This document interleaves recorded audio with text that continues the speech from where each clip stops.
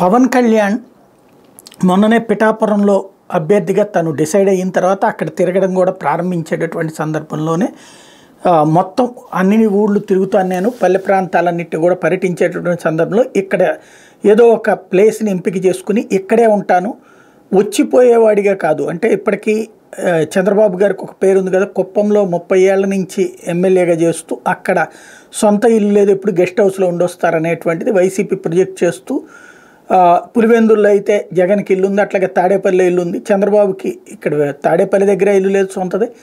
అదే సందర్భంలో తన కుప్పంలో కూడా లేదని చెప్తే ఇప్పుడు కుప్పంలో ఎట్లయితే ఇల్లు కట్టించుకుంటున్నారో ఇంకా అండర్ కన్స్ట్రక్షన్లో ఉంది.